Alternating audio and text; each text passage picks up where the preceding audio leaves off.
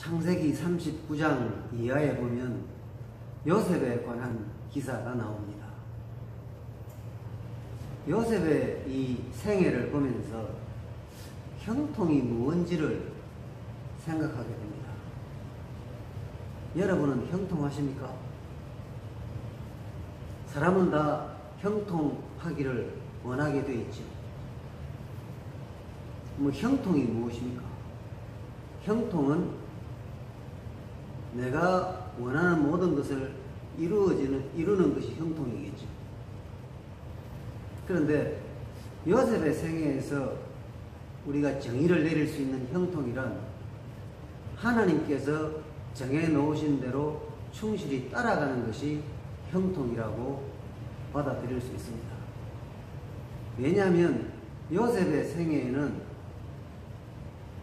좋은 날과 굳은 날이 계속해서 반복적으로 찾아오는데 저와 여러분의 삶에도 늘 그렇습니다. 좋은 날만 만나면 행복하고 굳은 날은 불행한 것입니까? 결코 그렇지 않습니다. 좋은 날이든 굳은 날이든 거기에는 하나님의 다스리심이 있으시고 하나님의 조정해 나가시는 역사가 있는 것입니다. 그것을 믿는 사람이 요셉이고 또 오늘의 저와 여러분이라고 생각이 됩니다. 요셉의 그 생애를 보면 어떻게 이 사람이 형통한 삶을 살았는지를 극명하게 대조되는 것으로 통해서 알 수 있습니다. 먼저 생각할 수 있는 것이 요셉이 받은 사랑과 미움입니다. 어렸을 적에 집에서 아버지로부터 얼마나 특별한 사랑을 받았습니까? 사실은 편애지. 편애는 좋은 것이 아닙니다. 어쨌건 요셉은 아주 지극한 극진한 사랑을 받으면서 자랐습니다. 그런데 그 사랑이 형제들의 미움과 정오를 유발시킨 것입니다. 그래서 사랑을 받지만 동시에 미움과 시기도 감당해야 했던 사람이 요셉이었습니다. 왜 그에게는 사랑만 있지 미움과 시기도 함께 있습니까?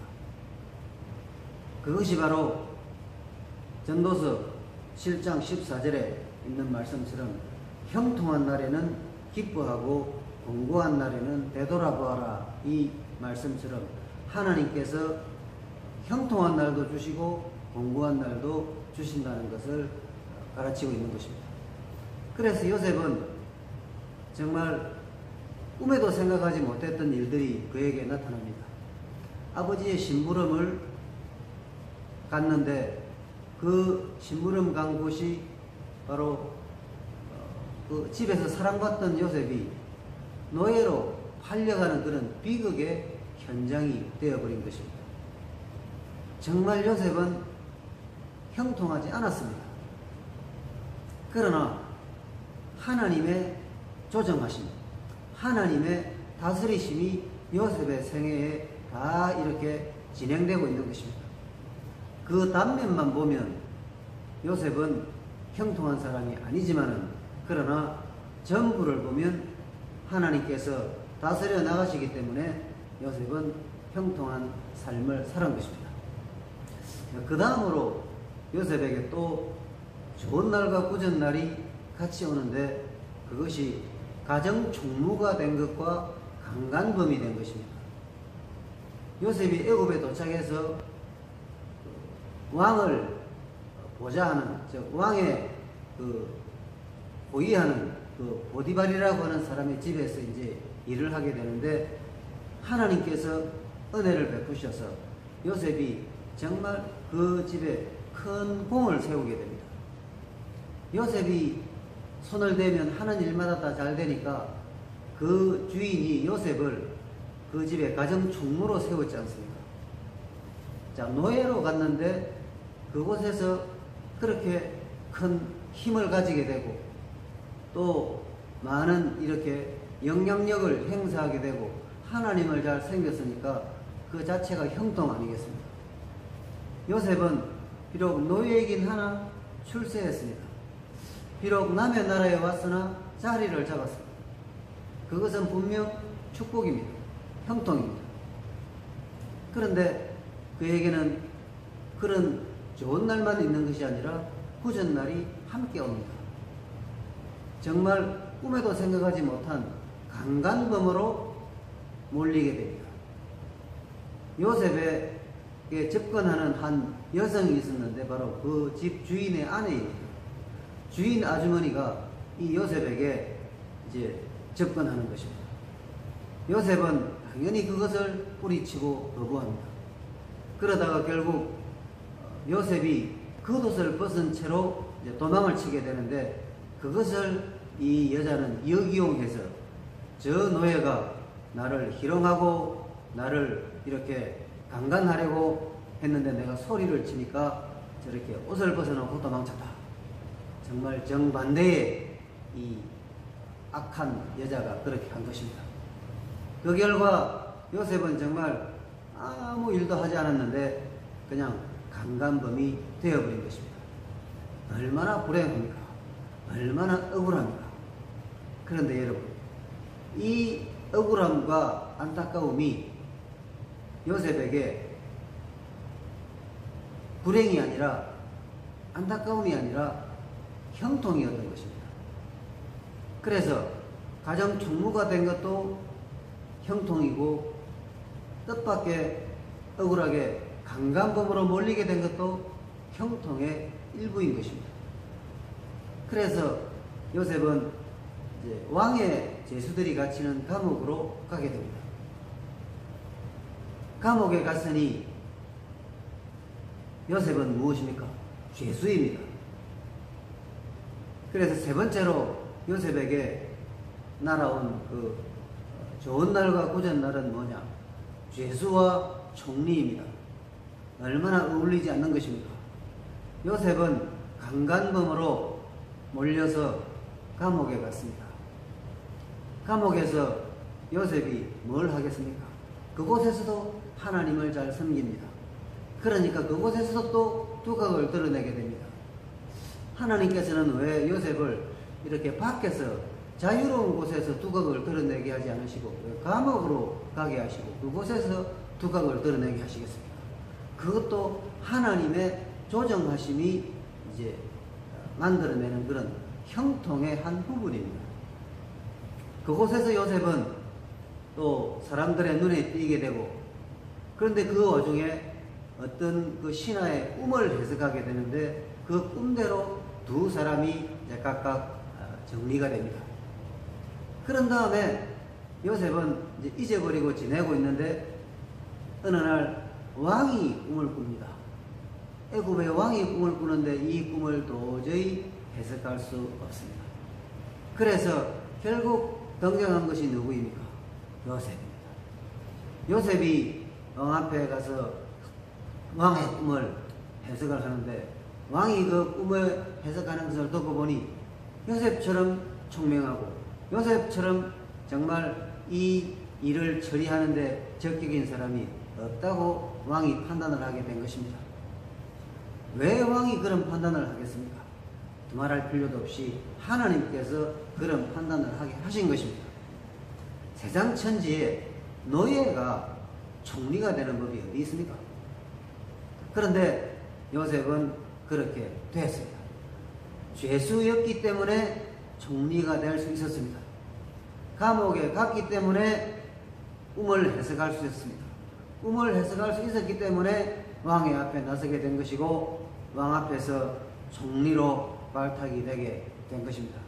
이 모든 것이 좋은 날과 굳은 날이 함께 오는 신기한 하나님의 이 조정, 하나님의 이 다스리심에 따라서 요셉의 생애가 진행이 된 것입니다. 그것이 형통입니까? 형통이 아닙니까? 그것은 형통입니다. 한 면만 보면, 그 한 부분만 보면 이렇게 좋은 일, 나쁜 일 이렇게 구분할 수 있겠지만은 전체를 보면 그것은 다 좋은 일입니다. 필요한 일입니다. 귀한 일입니다. 자, 그렇다면 하나님께서 요셉을 애굽의 총리로 만드시기 위해서 그렇게 어릴 적부터 이런 형통한 길을 걸어오게 하셨겠습니까? 그것이 아닙니다. 총리는 단지 하나님께서 필요에 의해서 되게 하신 것입니다. 하나님께서 그리시는 큰 그림은 무엇입니까? 아브라함의 가족이, 즉 아브라함의 후손이 큰 민족을 이루어야 되는데 어디서 민족을 이룰 것이냐? 하나님께서 정하신 그 장소가 애굽입니다. 그래서 요셉이 애굽에서 힘을 가지고 있는 사람이기 때문에 자기 가족을 애굽으로 다 내려오게 합니다. 거기서 430년 동안 살게 하십니다. 그 긴 기간 동안에 살면서 아브라함의 후손이 큰 민족이 됩니다.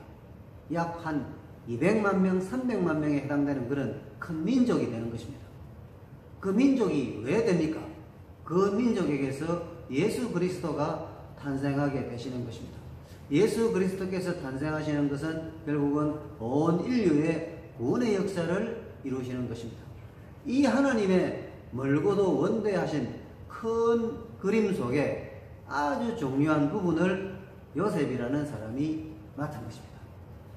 요셉의 삶의 작은 부분에는 구전 날도 있고 좋은 날도 있고 형통한 날도 있고 공고한 날도 있었습니다. 그러나 그 전체가 한마디로 말하면 무엇입니까? 형통이었습니다. 요셉의 삶은 그래서 형통했습니까? 형통했습니다. 비록 그가 형들에게 시기를 받아서 애굽 노예로 팔려갈 때도 그 상황도 형통입니다. 참 어이없이 기가 막히게 강간범으로 몰려서 감옥에 갈 때도 그것은 형통이었습니다. 그것만 보면 형통이 아니지만 전부를 보면 형통입니다. 하나님께서는 지금도 우리를 관리하고 계십니다. 하나님께서는 지금도 우리를 주관하고 계십니다. 하나님을 믿는 사람들은 다 하나님의 다스리심 아래, 하나님의 그 손길 아래 있는 것입니다. 하나님께서는 우리들에게 늘 내가 원하는 편안한 상황, 내가 바라는 어떤 그런 결과들만 주시는 그런 하나님이 아니십니다.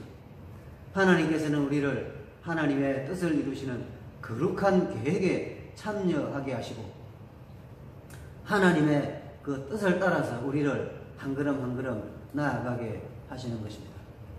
하나님께서 우리를 하나님의 자녀로 삼으실 때 기쁘신 뜻을 가지고 계셨습니다. 요셉에게 그런 뜻을 가지고 계셨던 하나님께서 저와 여러분에게는 아무 생각 없이 하나님께서 우리를 하나님의 자녀로 부르셨겠습니까? 저와 여러분 모두에게 하나님의 뜻이 계십니다. 무슨 뜻이겠습니까? 우리는 그 뜻을 알기도 하지만 또 모르기도 합니다. 그래서 우리는 매일매일 부지런히 하나님의 말씀을 따라서 한 걸음 한 걸음 나아가는 것입니다. 나아가는데 구전날이 있습니다. 구전날은 어떤 날입니까? 그래도 형통한 날입니다. 좋은 날을 만납니다. 좋은 날은 어떤 날입니까? 그날도 형통한 날입니다. 그래서 형통한 날이든 공고한 날이든 좋은 날이든 안 좋은 날이든 다 우리들에게는 형통입니다. 누군가가 여러분에게 하나님을 믿으니 형통하십니까? 라고 묻는다면 여러분은 형통하다고 답하셔야 됩니다. 그리고 왜 형통한지 그 이유를 오늘 우리가 이 말씀을 통해서 정리할 수 있는 것입니다. 무슨 일을 당해도 저와 여러분은 형통합니다. 형통하십니까? 주님 만날 때까지 형통한 자로서의 다짐과 또 그런 걸음을 확실하게 걸어가시기를 바랍니다.